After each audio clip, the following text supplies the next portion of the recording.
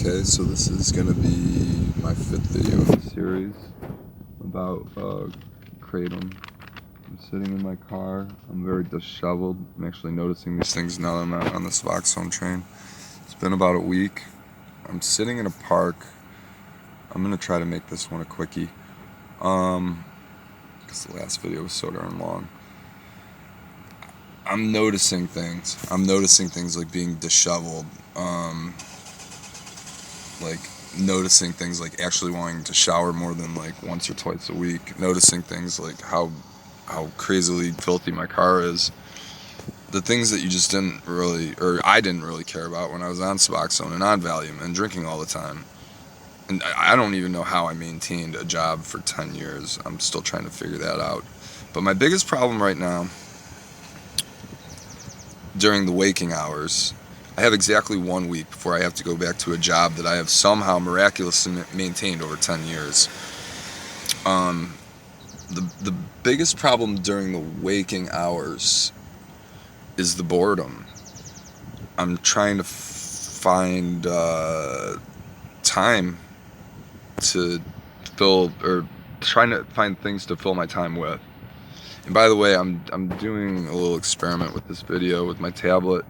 I'm turning it this way or whatever, because I know that you're not supposed to like keep it like this. You're supposed to turn it. So hopefully this one will actually come up normal looking. If not, I don't know how the hell to do this stuff. I'm not a huge YouTuber or anything.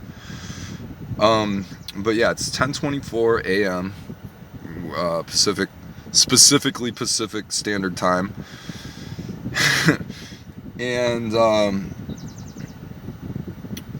the only negative things during the day, like I said, it's finding things to fill the time with and kind of taking stock in yourself and noticing that, like, wow, I was really living like this.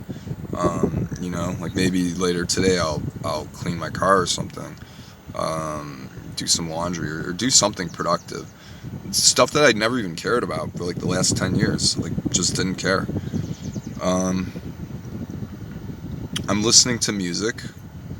I'm finding that when you drive around and you listen to music, or at least for me, when I use the word you in my videos, I'm not saying you. I'm saying you as in like me in the first person, third person removed. Oh my god, my English is horrible. But yeah, this is my documentation, so that if other people see it and they experience similar things, then they can say, okay, yeah. So cognition is coming back. I find myself thinking a little bit more before I speak. But the boredom is the biggest thing during the day. Like, just don't get me wrong, I'd rather be bored than be completely uncomfortable out of my mind. I think this is what they call the pause phase, the PAWS, post-acute withdrawal syndrome. I'm pretty sure I'm starting to go into it because I'm noticing like a little bit of depression. Not a lot, but enough to make it noticeable. Definitely a severe sense of boredom. Like, I even sat and tried to watch some videos that, used to entertain me, like Netflix stuff, YouTube stuff, when I was all subbed out and on Valium and drinking. And it's just like I can't get entertainment out of simple stuff. And it's kind of, I don't know, it's disheartening. I want to find joy in simple things. The other thing that I'm noticing, like, my cognition is coming back, but my thoughts are kind of, I don't want to use the word racy, that's not the right word. My thoughts are kind of jumpy. Like, I'll be thinking about something, and I'll be trying to put it into words, or trying to conjugate a sentence, and, I find myself second-guessing when I interact with people. I find myself second-guessing, even making this video. It's like, am I saying the right words? And it's almost like rediscovering an identity that I haven't had for years. A little bit of paranoia during the daytime, but that's really the only symptom coming off the Valium. coming off the buprenorphine and the alcohol, I don't really have daytime symptoms. Not really at all. Which is really nice. It's really cool. The only daytime symptoms is the pause. There's a word for it. Doldrums. That's the word I'm looking for. I studied English in college, and I'm trying to like bring back some of these skills and put them to use. But yeah, the doldrums are the words I'm looking for.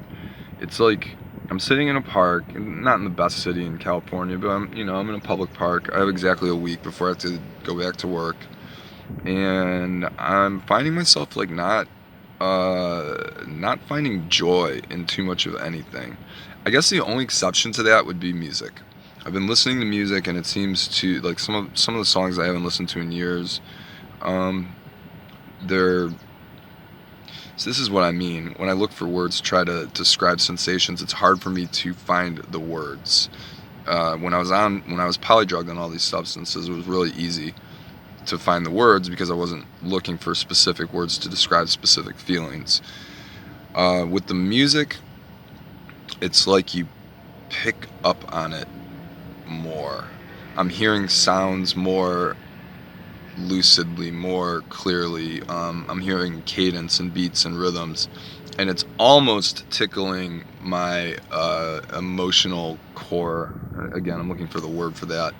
Tickling the part of the brain that stimulates the endorphins that actually let you enjoy music. So yeah, during the night, I've given my symptoms in the previous videos. They abate very quickly when I slam the Kratom. During the day, I'm just bored. Like literally, I'm just bored. I don't find pleasure in small things. It seems like a chore to take a walk, or to take a drive for that matter. Like I said, I'm sitting in a public park right now, kind of just trying to enjoy the scenery. It's a little overcast today.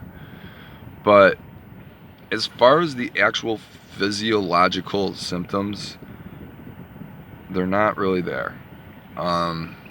So I think I'm over the main hump of coming off the buprenorphine. And the benzos, I know they can take a while. Like, there's accounts of people taking years to get back to normal from being polydrugged for years. Hopefully that won't be the case with me. So I said I was going to try to keep this short. We're getting up to the 10-minute mark. But again, even if no one watches this stuff, this is more for personal documentation than anything else. If someone does watch this and they can get anything out of it, that's freaking awesome. And to the person that's commenting about the vape pens, by the way, you're like my only commenter. It's kind of nice to have someone watching my videos. I think you're right. I think I probably should get a vape pen, because the cigarettes, like, I'm chain smoking them, but not because of a physiological desire for the nicotine. Again, it's more of an oral fixation. So I appreciate that suggestion, and I'm going to look into doing that, getting a good vape pen. I think I even have one. Like, someone gave me one a long time ago, one that you can actually fill with the oils, but I might have lost it, so I might have to wait until my next paycheck. I'm not sure. So yeah, in any case, we're approaching that 10-minute mark, so to myself, this is my documentation. To anyone else that's watching it, thanks. Alright, you guys have a great time.